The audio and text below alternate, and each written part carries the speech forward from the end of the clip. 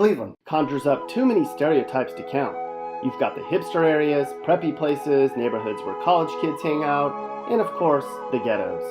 Seems as if there's a neighborhood for everyone in Cleveland. So the question arises, which Cleveland neighborhoods are the best and which are the worst? Today we'll use science and data to determine which Cleveland neighborhoods need a little TLC. You know, the worst parts of Cleveland. You can tell a lot about a neighborhood by how broke people are and by how bad crime is. We'll use those as our measuring sticks.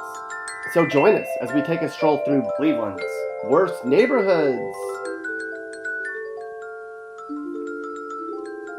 Our first stop on our tour of Cleveland's neighborhood starts in Union Miles Park.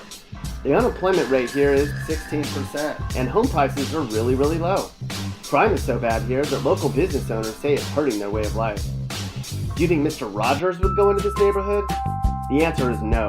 No, he wouldn't.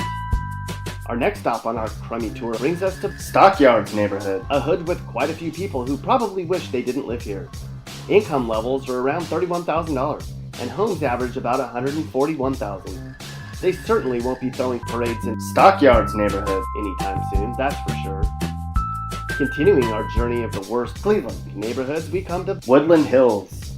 Here, most of the residents live at or below poverty, and you have about a 1 in 20 chance of being the victim of a crime each year. This neighborhood has so much potential too. Would a baby go into this neighborhood? That's a baby, don't listen to anything he says. South Broadway is next on our list. It's too bad that the entire area around here sucks. This is one of the most dangerous hoods in Cleveland, and homes are some of the cheapest in the area as a result. A ton of residents here are out of work, almost twice the national average. Folks here need to get a damn job. It's not that hard, people.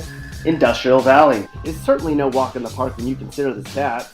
This area is very dangerous and very poor. Families bring in very low income levels.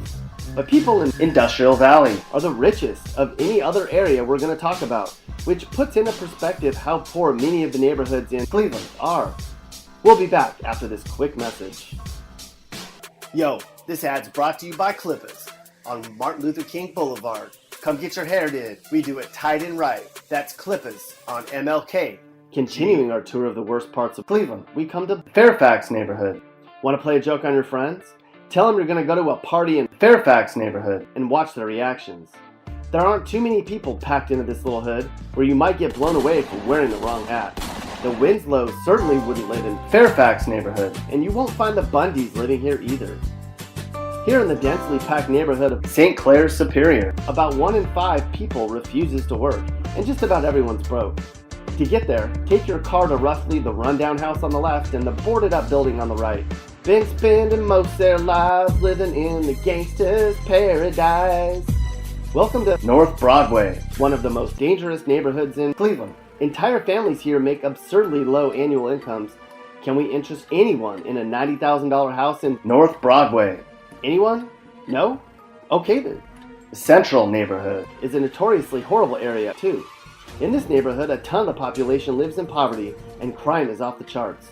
There are murders in and around this neighborhood every single year. Not good. Not fun.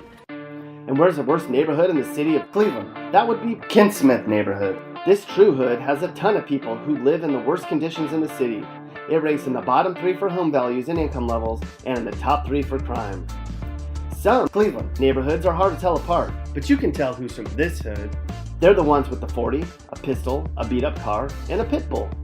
If you don't live in Kinsmith neighborhood or any of the other neighborhoods we talked about, you don't have it too badly. Congratulations.